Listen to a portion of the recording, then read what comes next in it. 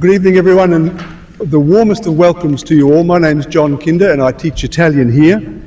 And it's my very great joy to welcome you to this celebration of the 700th anniversary of the death of Dante Alighieri. This event is happening on the grounds of University of Western Australia, and the university asks us at the beginning of public events to make a statement about the land on which we're meeting. So I'm pleased to make that statement now. Nganya karich ni jawa juk nunga buja ngalakul nini. Ngalakwangi nini koko birlia. Min maman yoka kulanka. Ngalakwangi nini ni karijin. Ale nunga we nijan kulini kura yeye borda. It's a very great pleasure to welcome you all, and especially some special guests this evening. I'm pleased to welcome the Consul for Italy, Dr. Niccolò Costantini, the Dr. Tony Buti, MLA, Minister, among other things, for multicultural interests, and Emeritus Professor John Scott, the former Professor of Italian and the person to whom I owe my job at this university. It's a great pleasure to welcome you, John.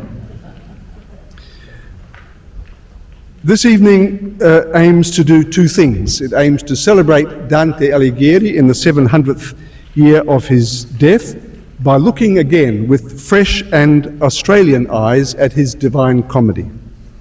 And secondly, the evening is a celebration of the rich tradition of language teaching at the University of Western Australia.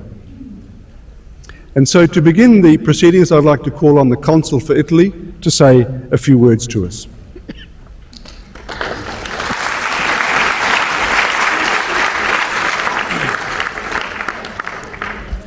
Buonasera a tutti, grazie molte al professor Kinder. Si sente? Sì. Grazie molte al professor Kinder per la presentazione e soprattutto per l'organizzazione di una serata così bella volta a celebrare la 21esima settimana della lingua italiana nel mondo. First of all, I'd like to acknowledge the traditional owners of the land on which we meet, the Whadjuk people of the Noongar nation, and I pay my respect to the elders past, present, and emerging. And I'm very glad to see so many friends of our language, starting from the Honourable Tony Buti, MLA, Minister for Citizenship and Multicultural Interests, among many other things, all gathered tonight around a very special figure of Italian culture that turns 700 years today. This year, not today. And I'm not referring to John, but I'm referring to Dante Alighieri, whom the Italian Ministry of Foreign Affairs and International Cooperation has chosen as the main theme of this year's Italian Language Week. Come sapete, ogni anno il Ministero degli Affari Esteri e della Cooperazione Internazionale, sotto l'alto patronato del Presidente della Repubblica e in collaborazione con altre istituzioni deputate alla promozione della lingua italiana, dedica un'intera settimana alla celebrazione della nostra lingua. You might know that Italian is officially spoken by 66 million people all around the world. It is the fourth most studied language in the world by more than 2 million people, 18% of which are located in the Asia-Pacific region. And of all these beautiful numbers I just mentioned, 56,000 learners are here in WA. And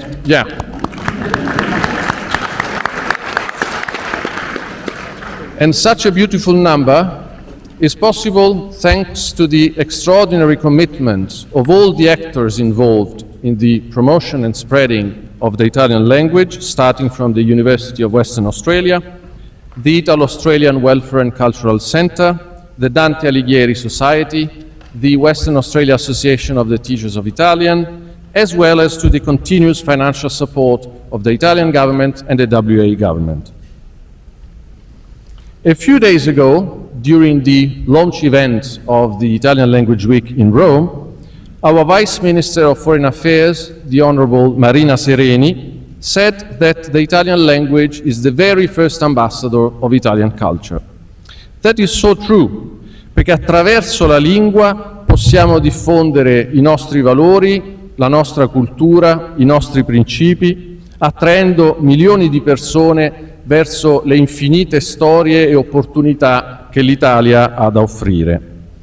Indeed, learning a foreign language is absolutely important, particularly in a globalized world, since it is a powerful means that unlocks new doors and opens up new horizons and opportunities.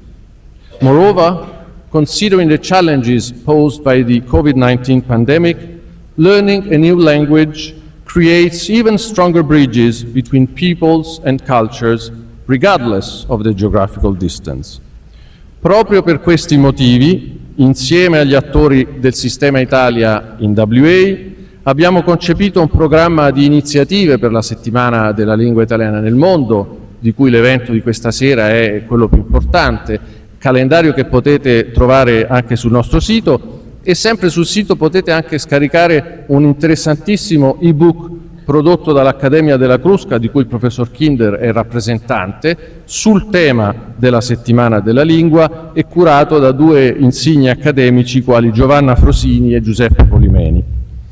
Inoltre, per rendere questa serata ancora più realistica, sul tema della Divina Commedia abbiamo allestito qua all'esterno una visita virtuale nell'inferno dantesco grazie all'applicazione Inferno 5 realizzata dal Ministero degli Affari Esteri italiano. Quindi spero che poi con i vostri cellulari possiate immergervi nell'inferno e che gradiate la vista, poi però tornate sulla terra e non restate nell'inferno. So to conclude, I just would like to invite all of you to not spare any effort in learning, spreading, discovering the Italian language at 360 degrees in a creative way, and by remembering that Italian is a universal language of design, art, literature, music, science, technology, fashion, food, and much more. It is what we call vivere all'italiana, living the Italian way. If we have a language encompassing all of this, we must be very grateful to Dante Alighieri and to his extraordinary genius. And we are also proud that the Divine Comedy still bears a very meaningful message to the entire world about the journey of our lives. Now I have to stop because John is looking at me like Caronte with Dante, so finisco qua. Come? No. Quindi grazie per la vostra attenzione, grazie alla UWA per aver organizzato questa meravigliosa serata e buona settimana della lingua italiana a tutti. Grazie.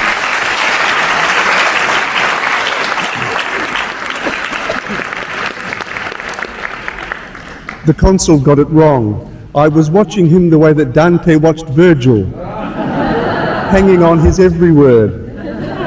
I'd like to invite Minister Bhuti to address us before we set out on our journey through Dante's Divine Comedy. Thank you very much.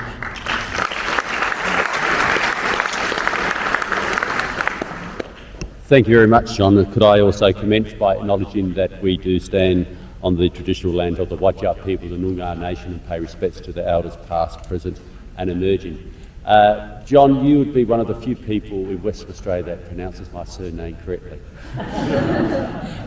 So, well done. Could I also acknowledge, of course, Nicola Costini, the Consul General of Italy, and also Mr. Alessandro Vero, the President of the Dante Alighieri Society of Western Australia, and of course, Professor John Scott, Emeritus Professor of Italian at the University of Western Australia, and of course a very well-known figure in the Italian language education sector in Western Australia. So thank you very much for your contribution over the many, many years.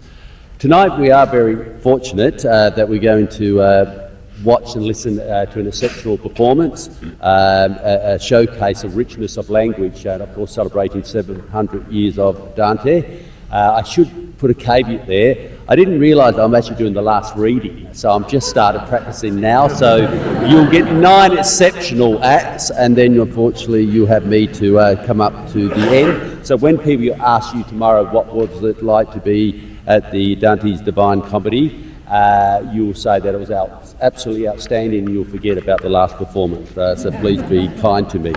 Of course, Dante, as we know, is often referred to as the educator of the Italian language, as the founder of the Italian language. He's a philosopher, a great storyteller, and of course a great person of letters. And he wrote many works over the year that have endlessly been reworked and performed at events like this. So I'm sure we're going to have a very fascinating evening. The learning of languages is of course incredibly important, and of course at a university it provides the opportunity for students to delve into the richness of a culture. By learning the language, you delve into the history and the culture. And as far as the West Australian government is concerned, in the teaching of the Italian language, I'm proud to say that I'm part of a government that actually ensured that the funding of Italian languages remained at the level that it used to be many years ago. It did actually go through a cut a while ago, and when we came back into government, we did ensure that that was refunded to the level that it should be. Actually, in the WA Cabinet, there are 3 members of Italian ancestry: Rita Saviotti, myself, and Paul Papalia. All 3 of us have Galabrese ancestry. I also have ancestry from Tuscany, which I'm sure the Consul of Italy is very happy about. So look, without further ado, enjoy tonight. Thank you very much for the invitation, and please be kind to me at the end. Thank you.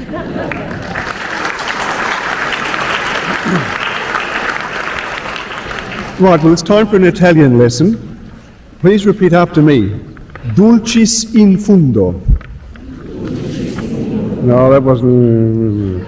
Dulcis in fundo.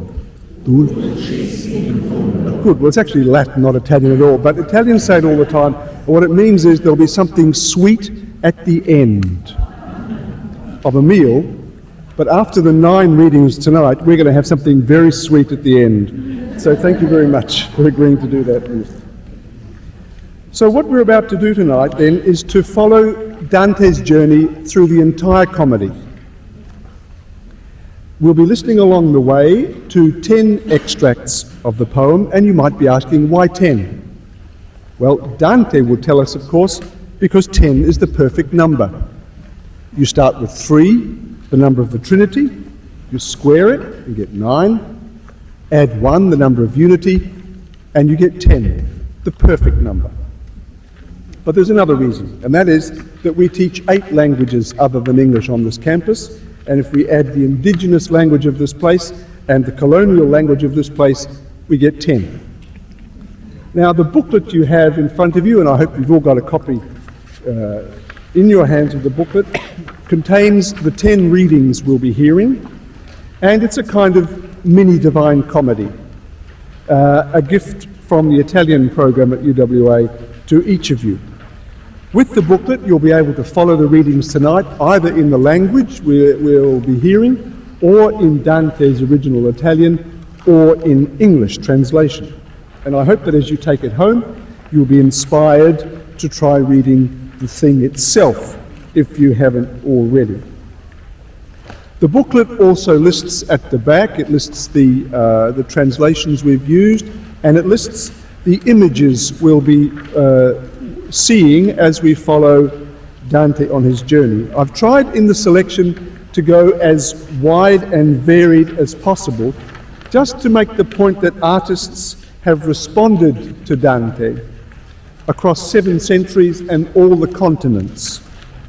So we'll be seeing illuminated manuscripts from the 14th century, works by major European artists, contemporary photography, and works by high school students in Italy and 1 primary school student in Perth. So if your seatbelts are fastened, we can take off. Dante Alighieri was born in Florence in 1265. In the year 1300, he tells us, he woke up, came to his senses in a dark forest. In 1300, Dante was 35 years old and was therefore halfway through the normal maximum span of years, because Dante knew, having read the Old Testament, that 70 years, 70 years and 10, is the life allocated to humans. Dante doesn't remember how exactly he got into the forest, but he's clearly been through some very deep personal crisis, a crisis that we will discover is social and political, intellectual and religious, emotional and personal. He sees a way out, a destination, a mountain bathed in the rays of the rising sun, a new beginning. But his path is blocked by wild beasts, the beasts of pride, envy, and avarice. At this point, he is near despair until he sees a ghostly figure appear. Dante cries out to this figure, and the first word he speaks aloud in the Divine Comedy is mercy. Have mercy on me, he cries. The challenges of life are too much for me to face alone. I need a companion, a guide, someone to follow. We will now hear this opening passage of the Divine Comedy in Noongar, read by Professor Len Collard from the School of Indigenous Studies. Len.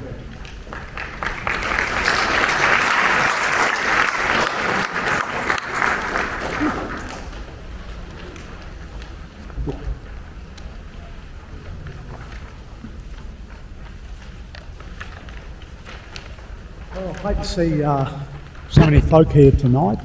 Special thanks for coming along to support John and the language team here at UWA.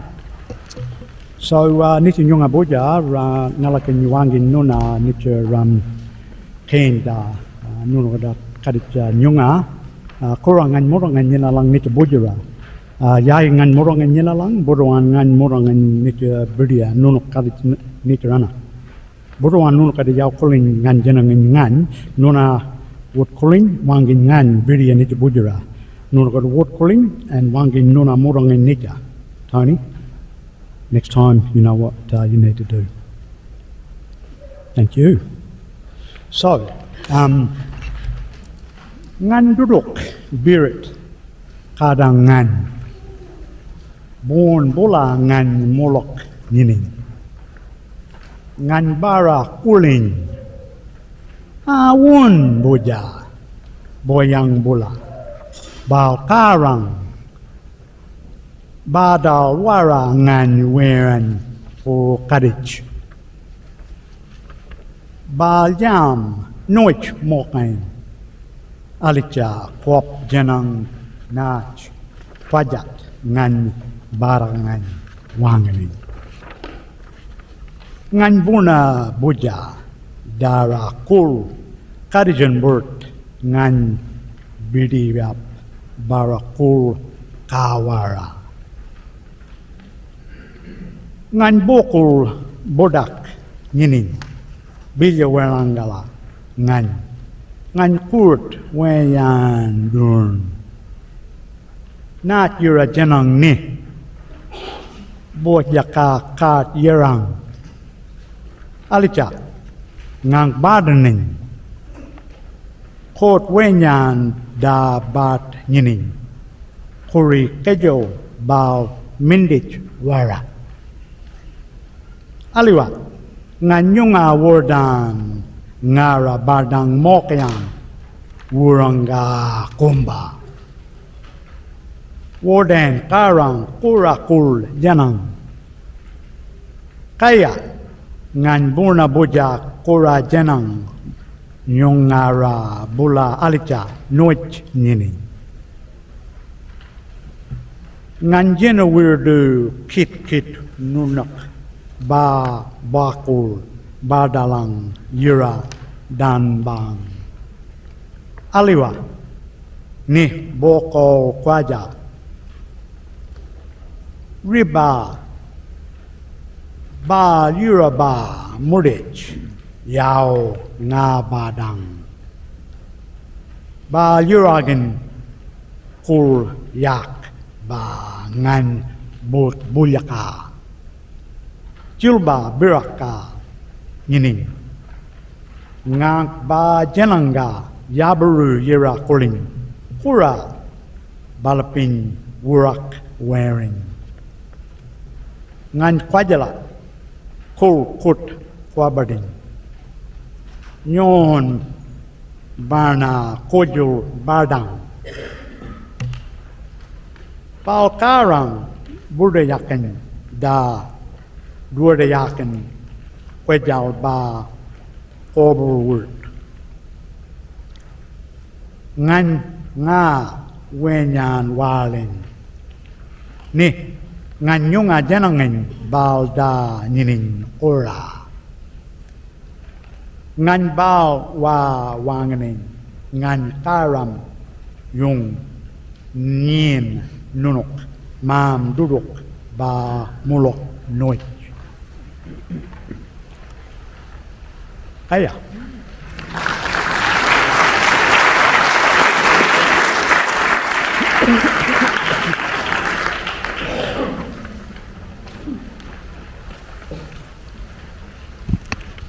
The person Dante meets is the soul of the ancient Roman poet Virgil.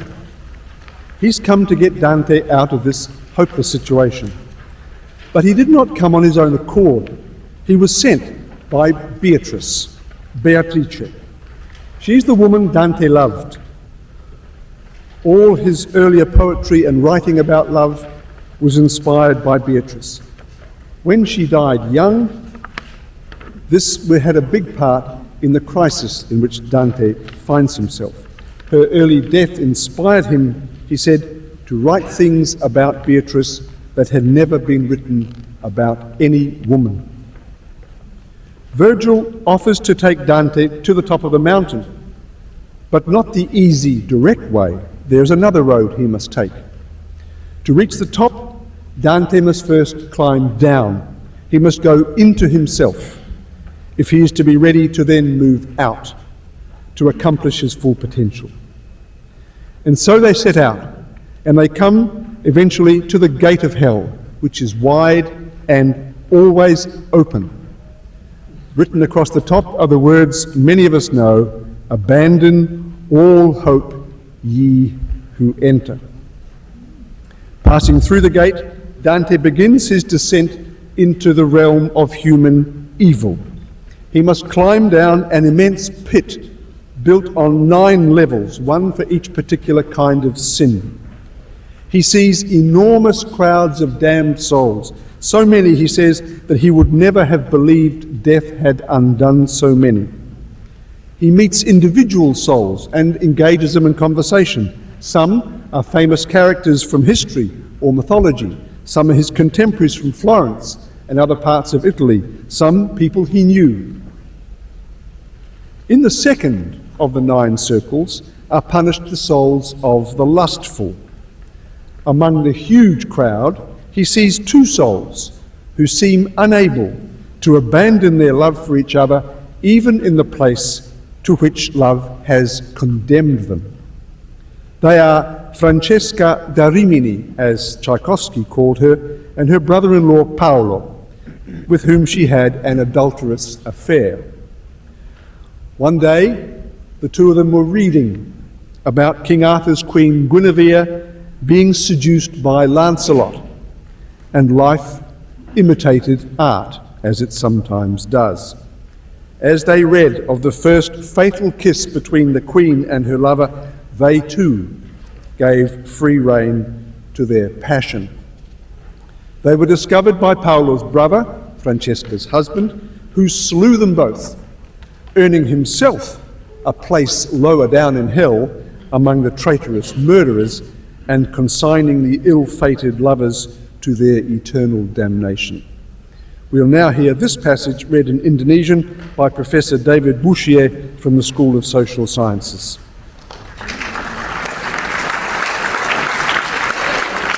Thank you. Oh makhluk hidup yang baik budi dan ramah, yang menjenguk kami melalui kegelapan udara. Kami yang telah mewarnai dunia dengan darah.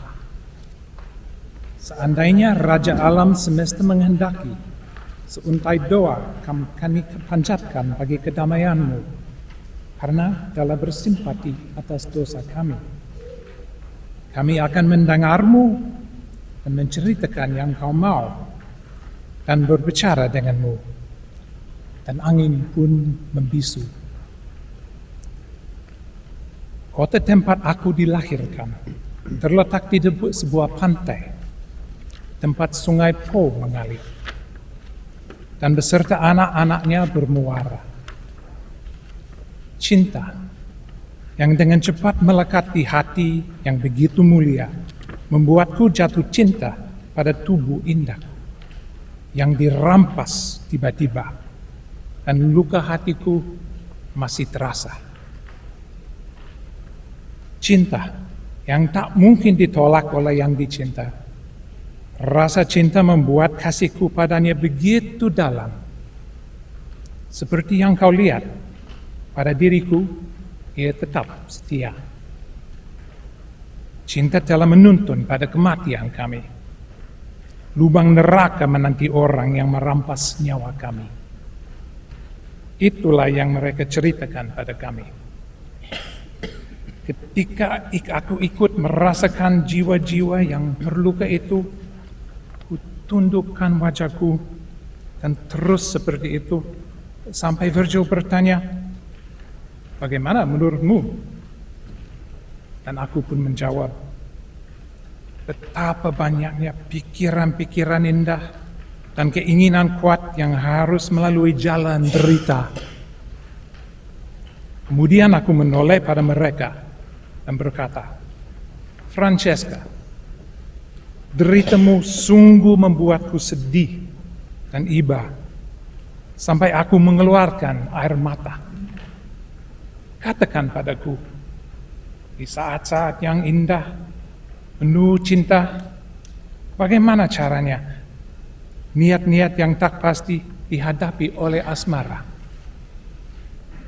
Dia pun menjawab, "Tak ada yang lebih membuat pilu daripada mengingat saat-saat bahagia ketika kita sedang didera derita." Tuan yang terhormat tahu itu. Tetapi jika engkau memiliki keinginan yang pasti untuk mengetahui kisah cinta kami, aku akan ceritakan dengan air mata di pipi. Suatu hari, sebagai hiburan, kami baca kisah Lancelot yang jatuh cinta. Kami sendirian, penuh sukacita. Bacaan membuat kami saling pandang beberapa kali. Wajah kami menjadi pucat. Tapi hanya satu bagian yang memantapkan kita ketika diceritakan sebuah mulut indah, penuh tawa, dicium oleh kekasihnya. Orang yang selalu menemaniku dengan setia bergetar menciumku mesra. Galiotto adalah buku itu dan dialah penulisnya. Sejak itu kami menjauh dari kegiatan membaca. Sementara satu roh bercerita, yang lain menangis. Dan begitu sedihnya hatiku, aku pingsan seperti akan meninggalkan dunia. Dan aku pun jatuh bagaikan mayat yang tumbang.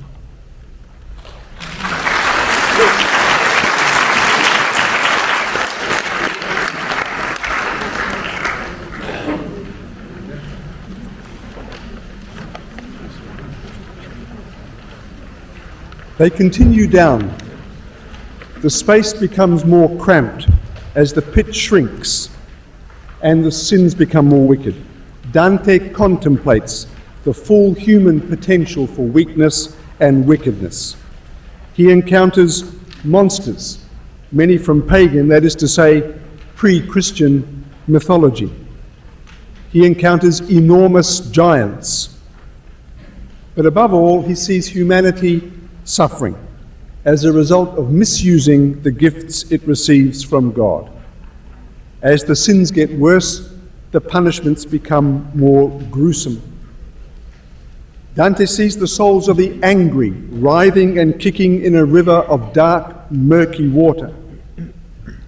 Popes who sold church favours for money are buried upside down, jammed in on top of one another, their feet licked by flames. Those who split apart families, cities, religions are now hacked apart themselves by devils wielding swords and knives. Dante and Virgil come across the souls of Ulysses and Diomed, Greek heroes of Homer's Iliad. Dante creates his own version of Ulysses' journey home from Troy. Dante invents the story that Ulysses could not contain his curiosity to discover the world, and so he abandoned his home and family for one last journey of discovery. He defied the gods by sailing past the Strait of Gibraltar, the Pillars of Hercules, placed there as the boundary for all human knowledge. After many months, Ulysses and his band of men saw what he was searching for, a mountain, just as Dante had done. But because Ulysses had come there by his own devices and without divine approval, a storm rises up from the ocean and consigns him and his crew to the deep. We'll now hear this extract in Korean from Dr. Nicola Fraschini from the School of Social Sciences.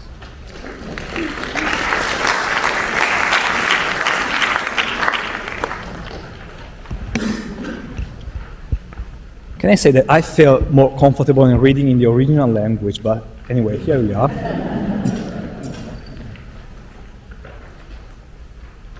아에네아스가 가했다라고 부르기 전 태양신의 딸 기르케는 날 1년도 더 넘게 숨겨줬죠.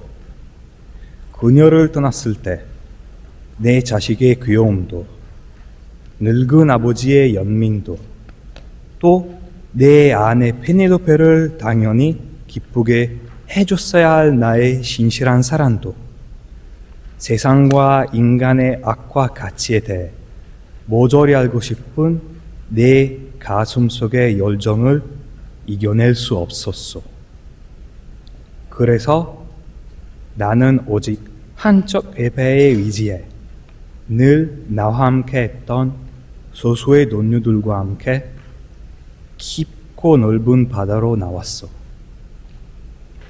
멀리 에스파냐와 모로코까지 이쪽 해양과 저쪽 해양을 보았고 이 바다에 몸을 적시는 사르디냐와 다른 섬들도 보았어.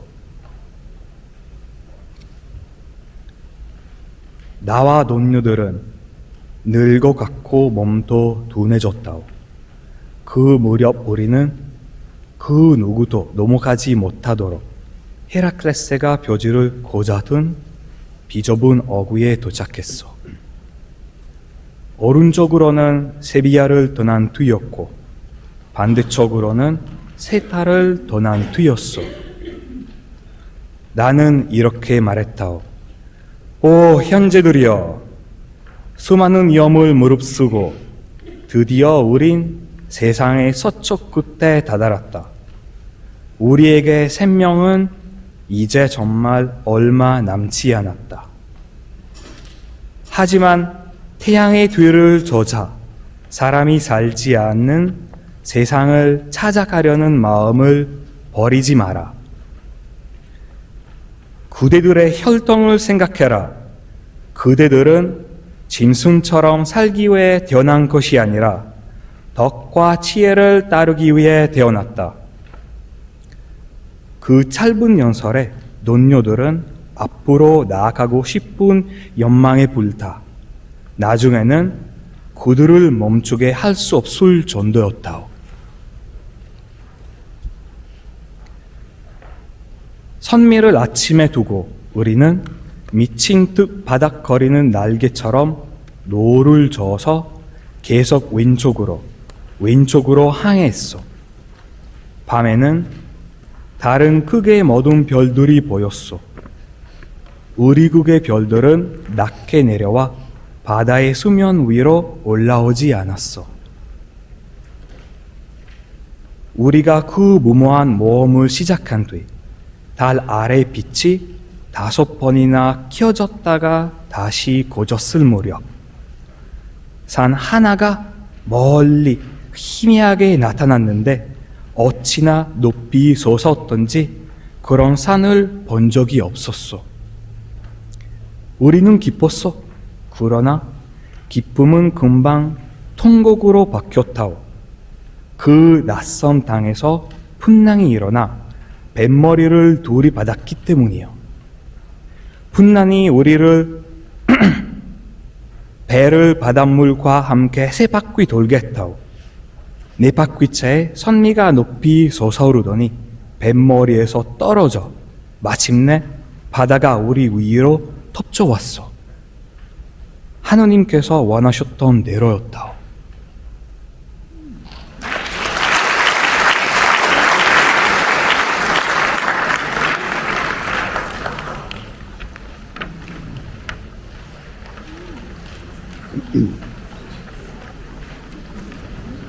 The lowest part of hell holds the worst sin of all. This is treachery, betraying those who trust you. To commit such a sin requires a heart as cold as ice, and so the sinners are locked forever in a huge lake of ice. Now, in medieval cosmology, the earth was at the center of things, and so Dante imagined heaven, the abode of God, as a circle outside the stars, stretching infinitely outward. The point furthest from the circumference of a circle is its center. And so when Lucifer rebelled in the beginning, God hurled him out of heaven with such force that when he hit the surface of the earth, he bore a huge hole and only stopped when he was wedged in the very center of the planet. This hole is the pit of hell. As the devil drove his way in, he pushed an enormous amount of soil out the other side. It formed a mountain. This is the mountain of Purgatory, somewhere in the Pacific Ocean east of Fiji, according The devil is trapped in ice up to his waist, with 3 heads in a grotesque parody of the Holy Trinity of God. In each of his mouths, he is gnawing on a sinner, the worst traitors humanity has ever known. Judas Iscariot, who betrayed Jesus for 30 pieces of silver, and Brutus and Cassius, who betrayed their friend Julius Caesar. Between them, they betrayed God and man, church and state, the 2 institutions given us by God to guide us on earth. At this point, Dante jumps onto Virgil's back and they climb down Lucifer's huge body. As they pass down his waist, Dante finds to his confusion that they are now not climbing downwards, but up. He has passed through the center of universal gravity and is now climbing up to the southern hemisphere. He comes out in the middle of the ocean at the base of a huge mountain. It is the dawn of a new day. Purgatory is a space for people who are going to heaven but first need to purge themselves of their memory of sin or of the perverting effects that sin has on the soul. They must climb the mountain, still struggling with their memories of the past and their desire for the future, caught between nostalgia and hope. Dante sees a boatload of souls of the recently died, arriving guided by a glorious but somewhat intimidating angel. He makes his own way up the mountain and soon has an encounter which teaches him an important principle. He meets Buonconte da Montefeltro. He was killed, Buonconte, in the Battle of Campaldino, in which Dante also took part. At the moment of his death, Buonconte says he called on the name of Mary, the mother of Jesus, and this was enough to save him. As he breathed his last, a demon came to take his body down to hell. But just as quickly, a good angel appeared, claiming the body for paradise. The one little tear that Bonconte had shed before his death outweighed all his sins and earned him eternal union with God. After an appropriate time in purgatory, of course. Dante learns that God shows his strength through mercy.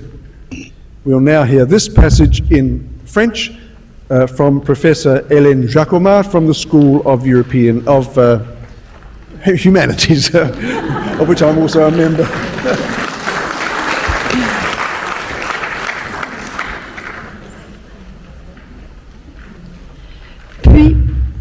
That was a test. Puis un autre dit « Ah, si s'accomplit le désir qui t'attire vers le haut mont, par pitié, aide le mien. Je fus de Montefeltro, je suis Buonconte. Ni Giovanna, ni aucun autre n'a souci de moi.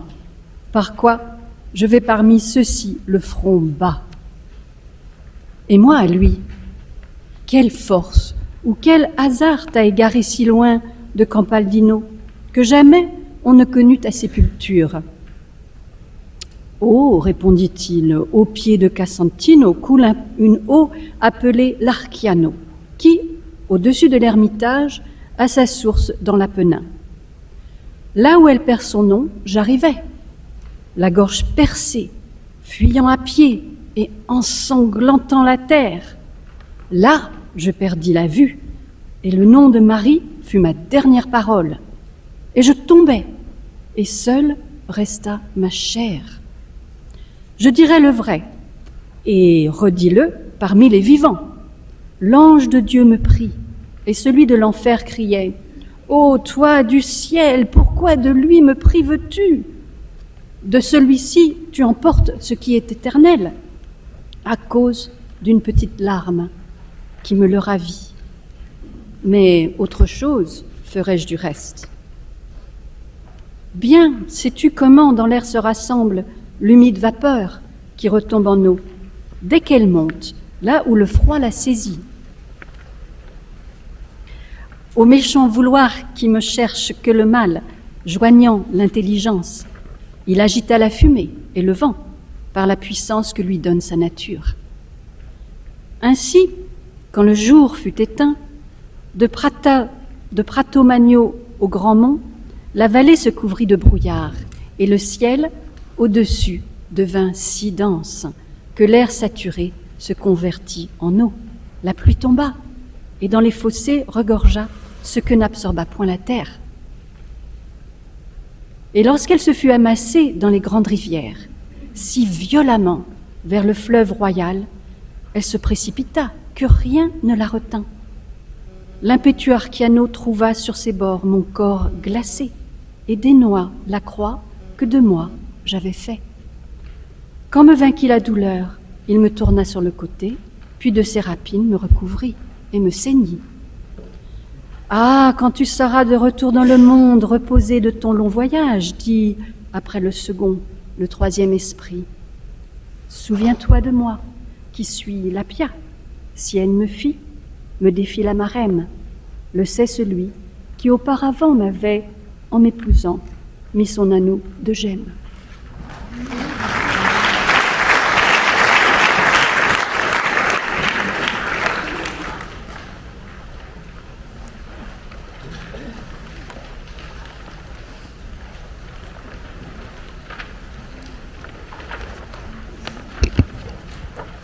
Dante must do the hard work of climbing up the mountain, but on occasions he receives help from others.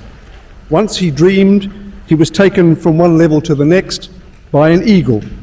When he woke, Virgil explained he had received the generous intervention of Saint Lucy, the patron saint of light, as her name suggests, an important figure in Dante's journey. He comes to the Gate of Purgatory. Unlike the Gate of Hell, this is narrow and shut. It's guarded by an angel who wields a fearsome sword. Dante undergoes a sort of confession before the angel. When the angel is satisfied, he carves the letter P into Dante's forehead 7 times. The P stands for the Latin word peccatum, meaning sin.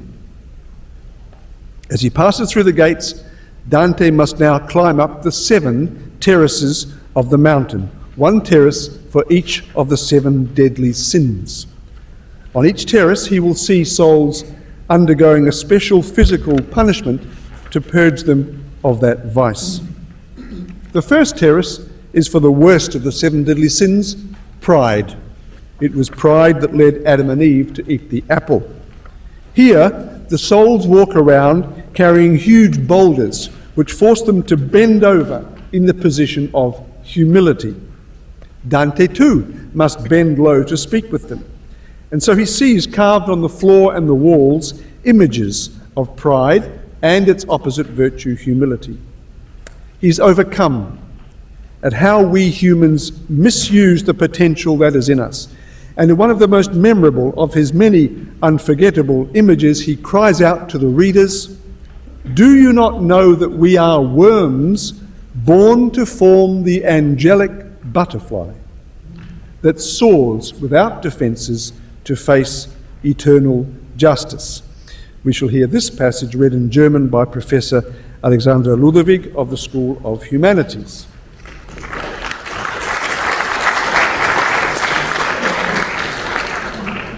Kaya, buonasera, guten Abend.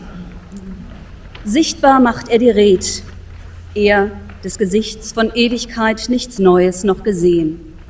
Doch uns ist neu, weil uns die Kunst gebricht.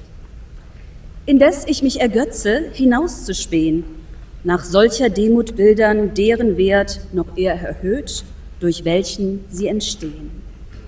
Da lispelte Vergil mir zugekehrt, sieh, jene dort, die langsam, langsam schreiten, von diesen wird uns wohl der Weg gelehrt.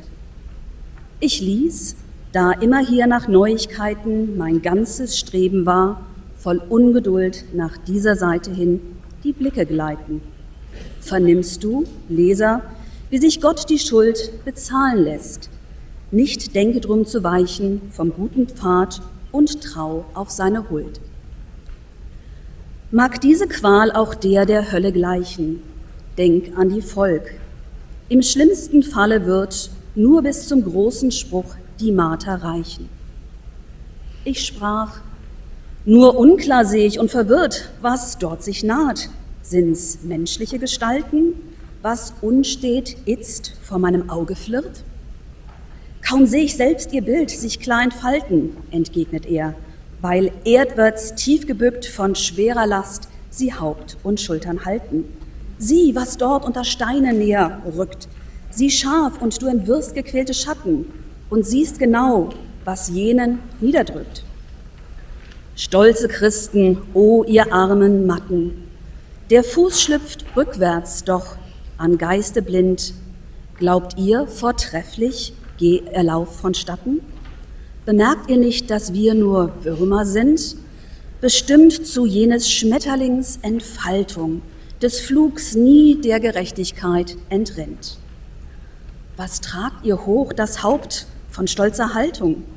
Gewürm, das öfter, wenn's der Pupp entflieht, verkrüppelt, ist zu schnöder Missgestaltung. Wie man zuweilen wohl Gestalten sieht, anstatt des Simses tragend Dach und Decken, gekrümmt, dass sich das Knie zum Busen zieht. Die im Beschauer wahres Leid erwecken, durch falschen Schmerz, so könnt ich, jetzt so klar, bei schärferem Hinschauen jene dort entdecken. Den mehr, den minder tief geboren zwar, als ob die Last hier mehr, dort minder wiege, doch der auch, der am meisten duldsam war, schien tränenvoll zu sagen, ich erliege.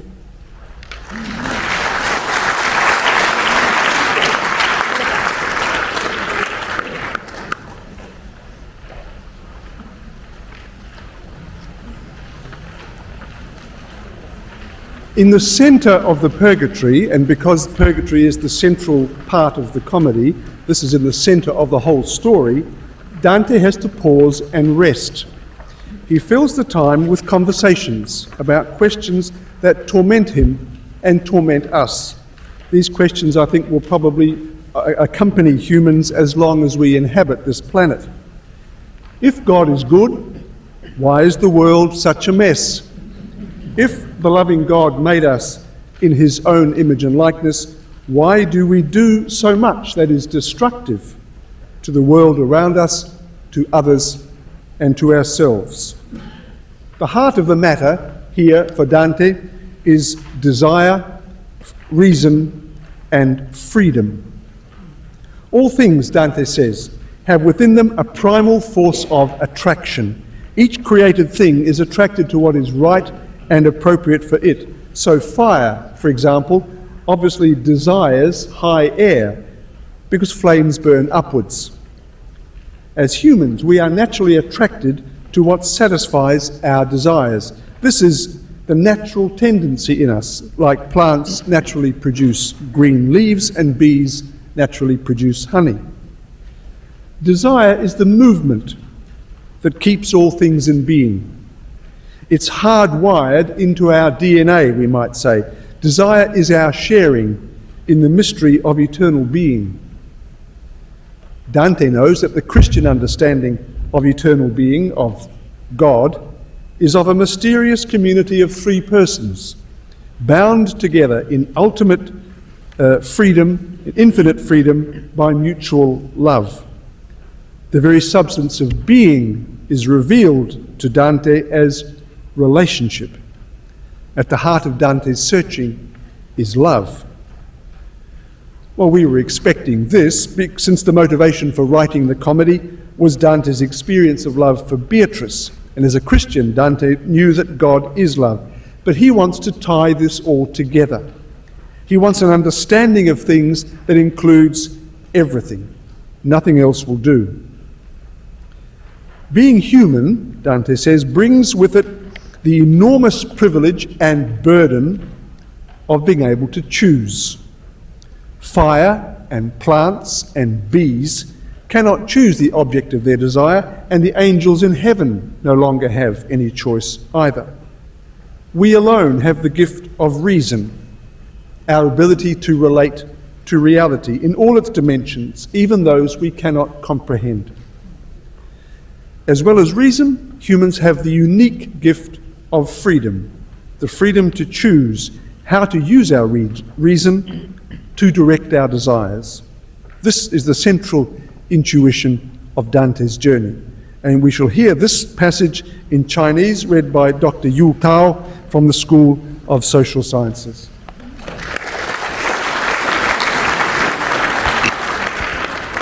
Thank you, John. Before I start, I just want to make a quick apology because I just find there is a typo here, a little typo here. Then I made a choice of my reason to still tell you that. Hopefully that won't send us back to the hell. But I think I can guarantee you that this will not in any way disrupt my reading or you listening, because as we already experienced tonight, I think Dante's greatness goes beyond the form of the language, although the Italian language is great. It's brilliant, but I think it's the idea and the source embedded in these beautiful lines that really sort of send the message across the cultures. So I will start reading the Chinese passages. 心灵生下来就敏于产生爱怜，事物取悦于它而唤醒行动，它就会直趋该事物的旁边。你的感官从现实世界中获得印象，把印象在内心展开，然后使心灵向着该印象聚拢。如果心灵聚拢时向着对象曲摆，这种曲摆就是爱，也就是天性，由星月重新寄于你的胸怀。然后像火焰向着高空飞灵，因自己先天本质而上击，常返所属的事物中，才会久停。心灵被觉后，也这样进入欲望地，这过程是精神活动。被爱的事物使心灵欣喜，心灵才会止息。你现在明白了真相是怎样隐伏，不为某些人察觉。这些人都坚持认为，凡是爱本身都值得称述。也许因为表面看来，爱之至总是这么美好吧。不过，蜡虽好，盖在蜡上的印记未必都如是。你的话语把我的心智引导，我回答说，为我昭示了爱，但这样一来，我就更充满困扰。如果我们的爱或次于外，而灵魂再没有其他的脚行走，走对或走歪，就不是其功劳所在。老师说，在这里我只能为你析剖理智的实践，进一步的奥义需其背题立采去阐发，那是信仰的范畴。每一种实质既与物质分离，又与物质浑然相连在一体，实质本身又蕴含书信于本体。这种书信在行动中方会昭露，也只会在效果中获得彰显，一如植物的生命靠绿叶发书。所以人类不知道最初的意念在哪里认识，也不知道感情何以对最初的课题产生眷恋。这些特点是你们固有的本性，一如酿蜜的热忱之于蜜蜂，这原始的意念超越褒贬的渐贫。那么，为了使众志以它为归程，哪有本能在心中剖情析理，并负责把持允诺和拒绝的准绳？个人该得赏或是受罚，就以这原则为归依。结果如何，要看他怎样把善爱或恶爱收集阳气。有些人推论时能向根本研探，就会觉察到这种先天的自由，并因此把伦理道德向后世宣颁。那么，即使爱在你的心头燃起，是受了必然的规律驱推，操纵的力量仍属内心的范畴。这种崇高的能力被提立采称为自由意志，因此如果他跟你提起，你务必把这点记在心内。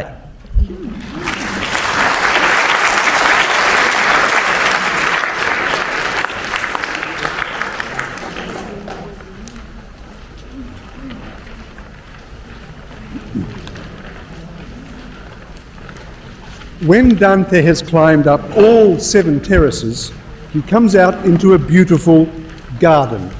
He has, it seemed, returned to a state of original innocence, much like a Garden of Eden, perhaps. A strange and elaborate event occurs somewhere between a liturgical procession and a piece of medieval street theatre. The procession is an exquisite representation of the Christian Bible, the Hebrew scriptures before the coming of Jesus, the Gospels that tell of his life and death and resurrection, and the books of the Bible written later by his followers. At the centre of this mysterious procession is an empty chariot being drawn by a griffin, a creature of fantasy, with the body and hind legs of a lion and the head and wings of an eagle. 2 natures in one being, an obvious reference to Jesus, the Word made flesh. But when Dante sees someone descending on a cloud to take their place in the chariot, it is not some divinity he sees, but Beatrice, the woman he had loved as a young man, the woman he had promised to write things that no man had ever written about a woman. Dante here looks around for Virgil for support, but finds he is alone, and now must face an unrelenting interrogation from Beatrice. She needs him to see that his error was to stop at the appearance of things, at the surface. Beatrice's beauty was intended by God to ignite Dante's passion for the God of love, who had sent such a creature of love into Dante's life. We'll hear this passage read in Spanish by Dr. Raquel Branúñez from the School of Humanities.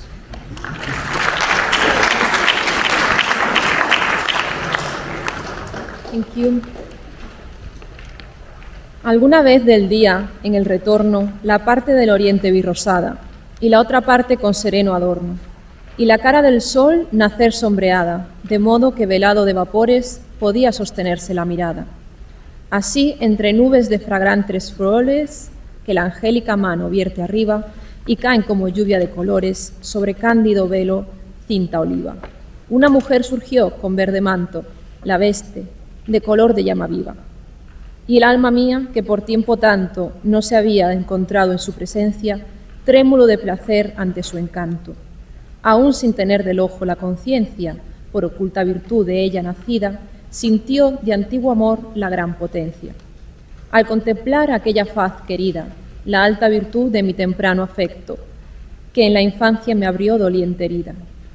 Volvíme a la siniestra con respeto, como el infante corre hacia la mama, del miedo o de aflicción por el defecto, a decir a Virgilio, ni un dracma que no tiemble de sangre me ha quedado, conozco el signo de la antigua llama. Mas Virgilio me había abandonado, Virgilio el gran maestro, el dulce padre, a quien ella me había encomendado. Y en el vergel de nuestra antigua madre, mi faz por el rocío emblanquecida, se escureció otra vez llorando al padre. Dante, no de Virgilio la partida te haga llorar, pues llorarás ahora por otra espada que abrirá su herida. Y Beatriz, lo mayor que se procura de lo menor a la memoria priva, a la mente nublando vista oscura. Pero mira el Enoe, que allí deriva, llévale a él, y en su onda venturosa haz que su flaco espíritu reviva. Y Matilde, con alma generosa, que no se excusa del llamado amigo, al primer signo vino bondadosa. La bella dona me llevó consigo, y al emprender la marcha dijo a Estacio, con infinita gracia, ven conmigo. Si tuviese el lector más largo espacio para escribir, yo cantaría en parte dulce beber de que no estuve sacio. Mas las hojas que el numen me reparte, con mi segundo canto se han llenado, y me contiene con su freno el arte. Yo volví de aquel río consagrado, como planta en que brotan frondas bellas, por una nueva savia renovado, puro y pronto a subir a las estrellas.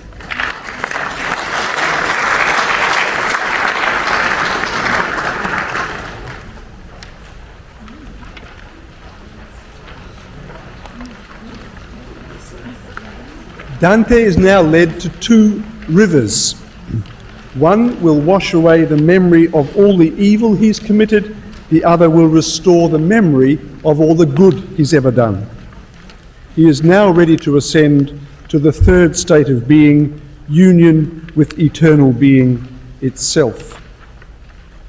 All of the 7 P's have been removed from his forehead as he's climbed the 7 terraces, and he finds to his delight and amazement that he is able to follow Beatrice simply because he wishes to, through power of desire, as she flies up into the heavens.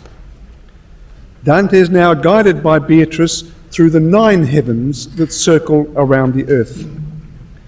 At the beginning of Paradise, and many times to the end, Dante tells us how he struggles to find the words to express something that cannot be put into words. The experience of going beyond the human leads him to make up a new word for this mystical or ecstatic experience. Trasumanare, transhumanation, going beyond the human. We'll hear this passage from the Paradise in Japanese from Dr. Kyoko Kawasaki from the School of Social Sciences.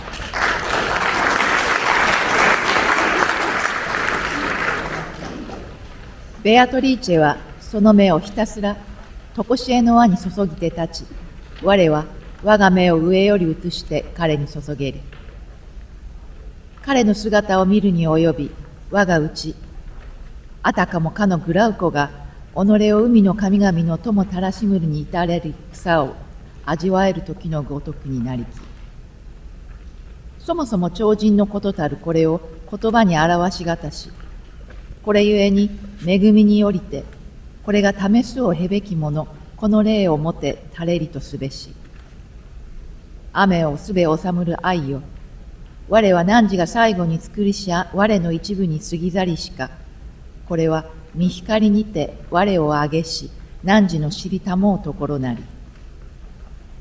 慕わるるにより汝が無給となしし運行、汝の整えかつ分かつその麗しき調べをもって、我が心は引けるとき、日輪の炎、意図広く天を燃やすと見えたり、雨または川という、ともかく広がれる海は作らじ。音のくすしきと光の大いなるとはそのもとにつき、いまだ感じじことなきほどに強き願いを我が心に燃やしたり。これにおいてか、我を知ること、我がごとくなりし淑女、我が乱るる魂を沈めんとて、我のいまだ問わざる先に口を開き生ける者は、汝乱れる思いをもて自ら己を愚かならしむ。これゆえに、これをすつれば見ゆる者をも汝は見るを得ざるなり。汝は汝の信じるごとく、今地上にあるにあらず、現に己がところをいでて走る稲妻林といえども、汝のこれに帰るに及ばじ。我が第一の疑いは、これらの微笑める短き言葉によりて、とけしかど、一つの新たなる疑いを起こりて、いよいよ痛く我を絡めり。我、すなわち言う。かの大いなる怪しみに尽きては我が心すでに足りて休んず。されどいかにして我これらの軽き物体を超えて登るや、今これを怪しとす。これにおいてかかれ、一つの憐れみの吐息の後、狂える子を見る母のごとく、目を我が方に向けて言う。おおよそありしとあらゆるもの、皆その間に秩序を有す。しかしてこれは宇宙を神のごとくならしむる形式ぞかし。もろもろの尊く作られしもの、とこしえの力、これを目的としてかかる方は立てられき、の後をこの中に見る。我が言う秩序の中に自然はすべて傾けども、その分異なりて、己が源に意図近きありしからざるあり。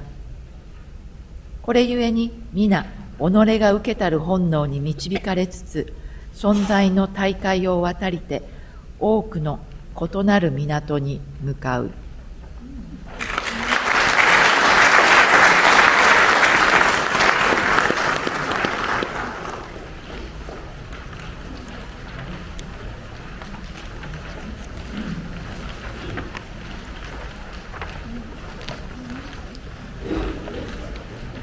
Dante learns that all the souls in paradise are actually in the same place. They're all in the Empyrean, the abode of God. But as a special privilege to him, they've been arranged in the 9 heavens to show the different degrees to which they enjoy the presence of God. He sees countless multitudes of souls and engages in conversation with them.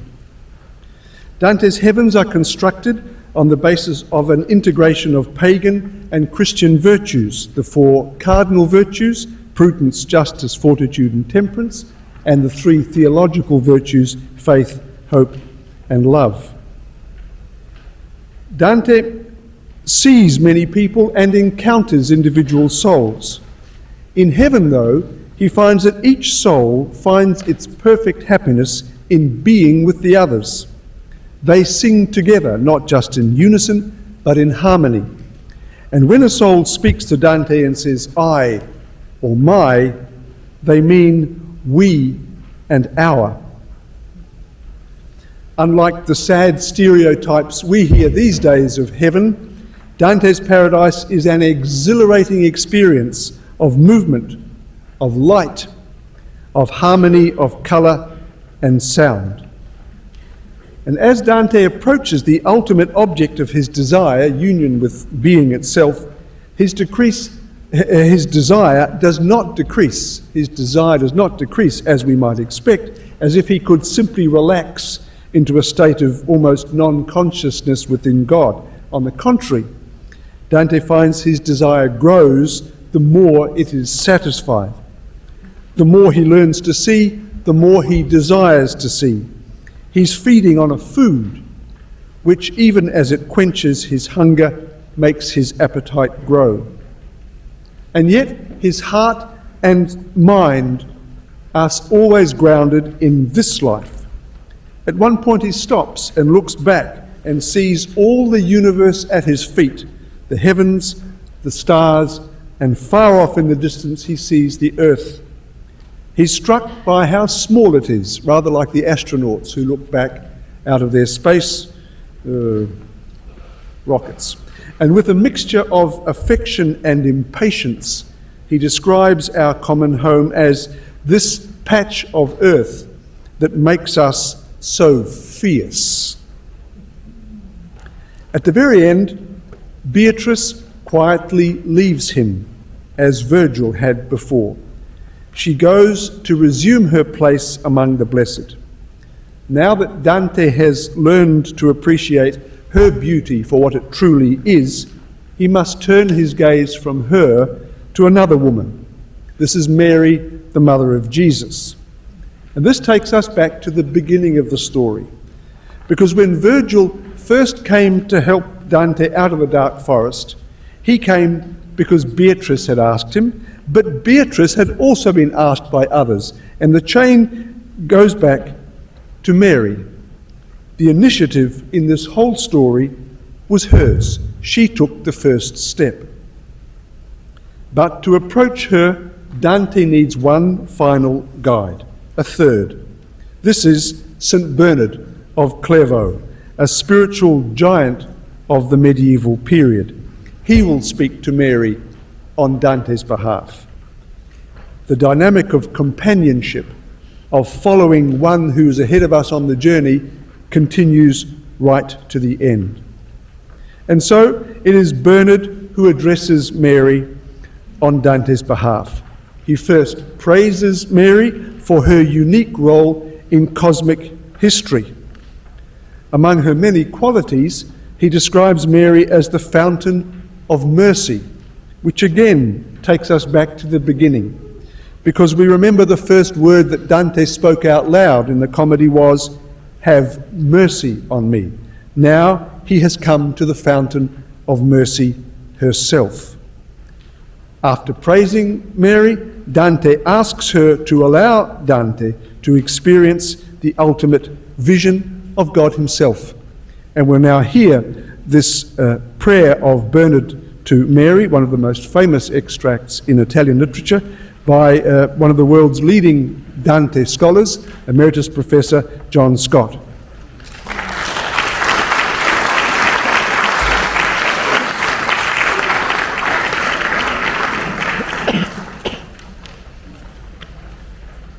I've been struck this evening, listening to these readings, how if only my remote ancestors had not built the Tower of Babel, I would have been able to enjoy to the full the readings in all these wonderful disparate languages.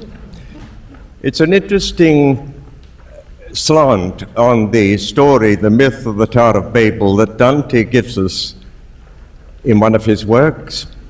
He says that the punishment was not only the confusion of tongues, but that the various participants were punished by being given languages. The most responsible, let's say the architects, were given the worst languages, and the people who were down at the bottom got the best languages. So perhaps Italian, which is one of the most beautiful languages in the world, the ancestors were among the downtrodden people of the sindacato at Babel.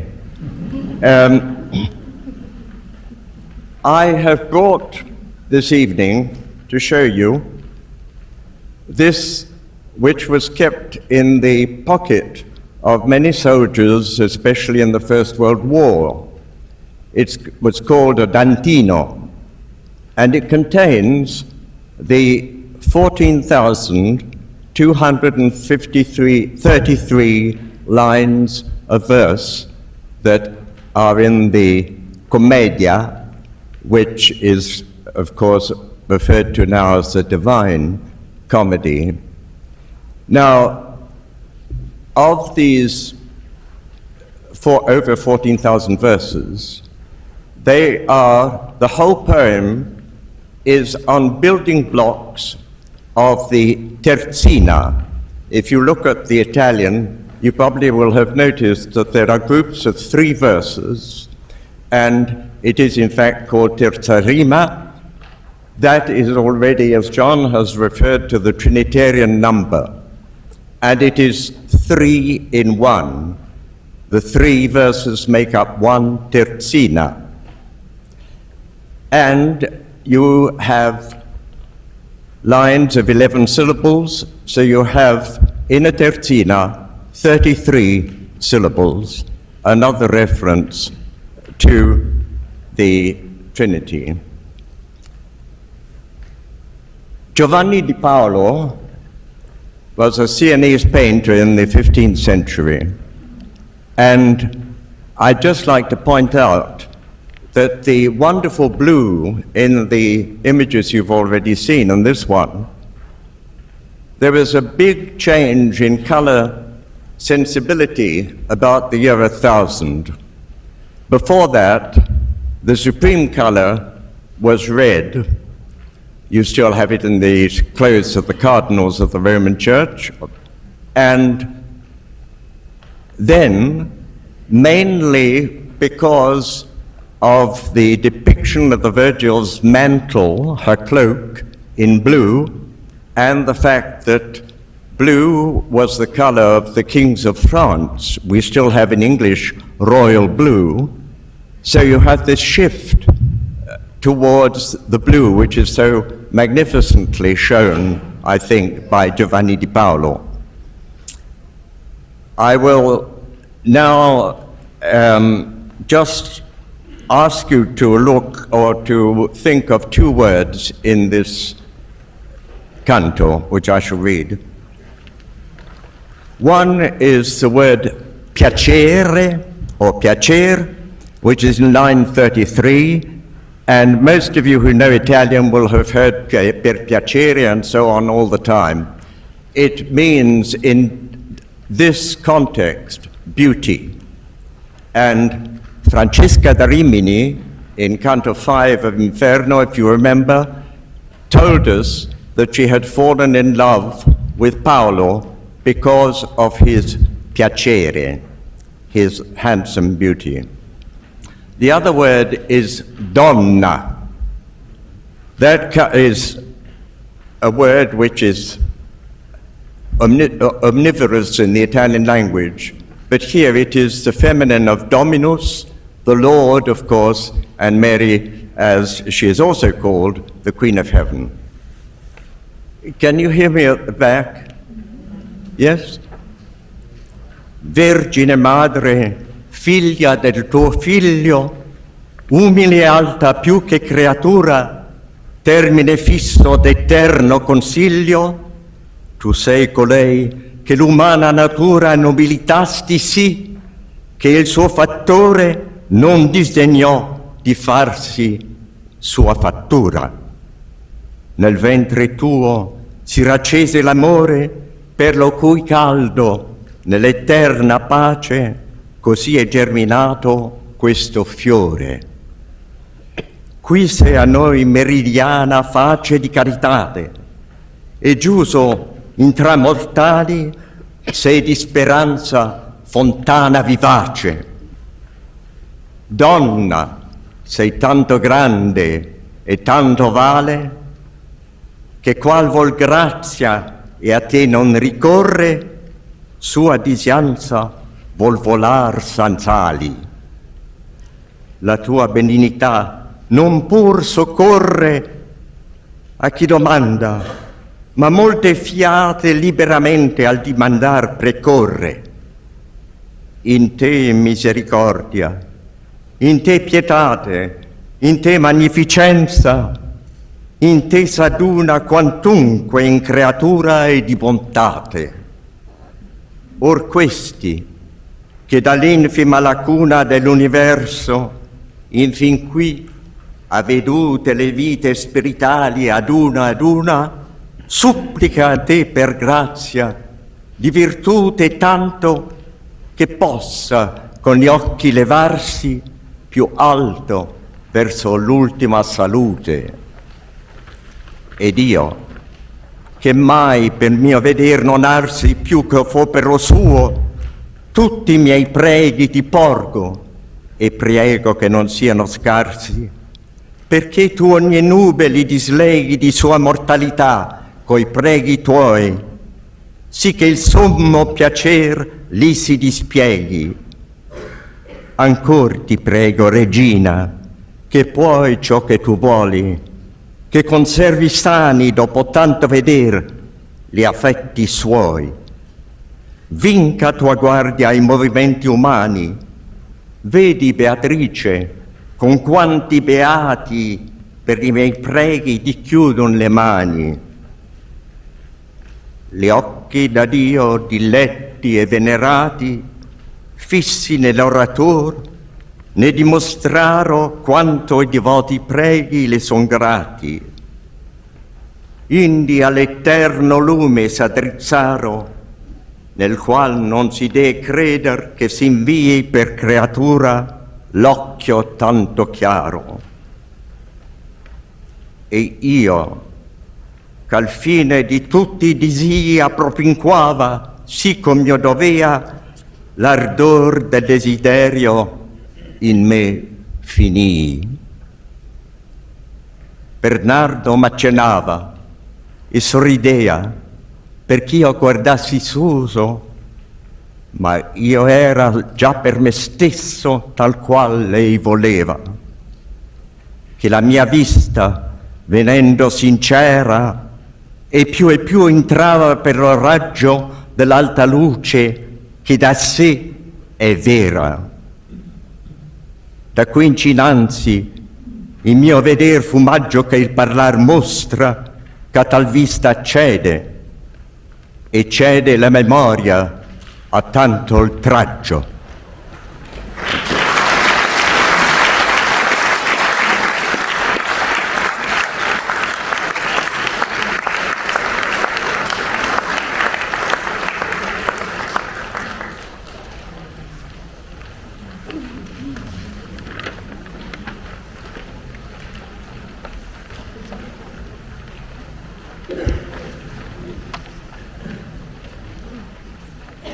Dante now experiences the full and unhindered vision of being itself as he looks into God.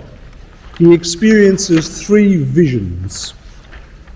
He sees all reality, the book God has written in his act of creation with all its pages scattered through the universe. Now he sees this book bound together with love in the mind of God. He sees three circles of the same dimension but different colours. Two reflect each other and the third burns red with love. Finally, he sees in the second of the three circles a human face. Our face, he says. And our minds go back to the first line of this extraordinary journey when he said that Dante said he found himself in the midpoint of our life. And to read the closing lines of the Divine Comedy, Dulcis in fundo, I'd like to ask Dr. Tony Bulti, MLA, to come and read them to us.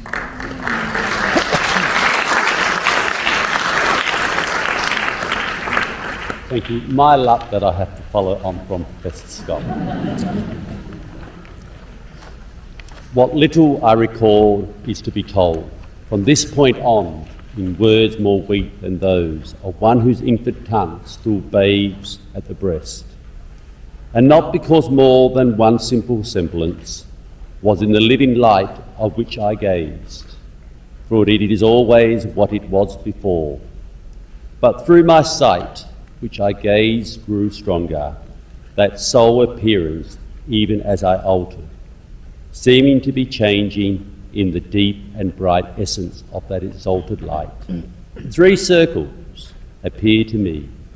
They are 3 different colours, but all of them were of the same dimension. One circle seemed reflected by the second, as rainbow is by rainbow, and the third seemed fire-breathed equally by those 2 circles. How incomplete is speech, how weak, when set against my thought. And this, to what I saw, is such, to call it little is too much. Eternal light, you only dwell within, yourself and only you know you, self-knowing, self-known. You love and smile upon yourself. That circle, which begotten so appeared, in you as light reflected, when my eyes had watched it with attention for some time, within itself and coloured like itself, to me seemed painted with our effigy, so that my sight was set on it completely. As the geometer intently seeks to square the circle, but it cannot reach, through thought on thought, the principle he needs. So I searched that strange sight. I wished to see the way in which our human effigy suited the circle and found place in it, and my own wings were far too weak for that. And then my mind was struck by light that flashed, and with this light received what it had asked. Here force failed my high fantasy, but my desire and will were moved already, like a wheel revolving uniformly by the love that moves the sun and the other stars.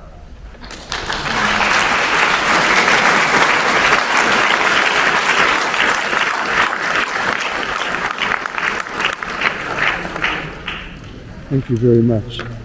So, to conclude, I'd just like to make a couple of comments and then express some thanks. My final comments are that it seems to me that the story that Dante has told is not a story about the afterlife at all. It's a story about this life. Dante said that his reason for writing it was to help his readers move from a state of misery to a state of happiness. The path to do that, he sets out for us, is to follow our heart. Not just the seat of our emotions, but the seat of our reason, our relationship with reality and our relationship with our destiny, which is infinity itself. And this, I think, is why Pope Francis earlier this year described Dante Alighieri as a prophet of hope. I'd like to thank very much my wonderful colleagues for accepting the invitation to come and read Dante's poem in their languages. I think they've done a splendid job, and I'd like you to thank them with me.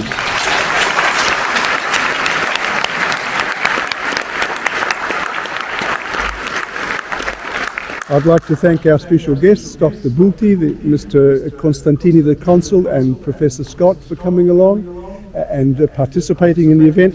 And I'd like also to thank my splendid students who helped prepare the booklet, run the slides, and do many other jobs that made the whole event possible. So thank you, guests.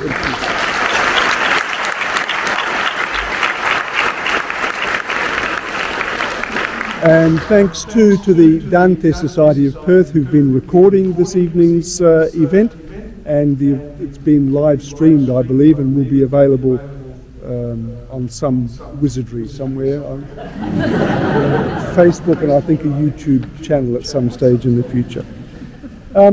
If you've enjoyed this evening's event, you may have had your appetite whetted for more Dante. Like Dante, the more you eat, the more your appetite grows. So you'll be interested. One back, please. Ian. You can't go back. Okay.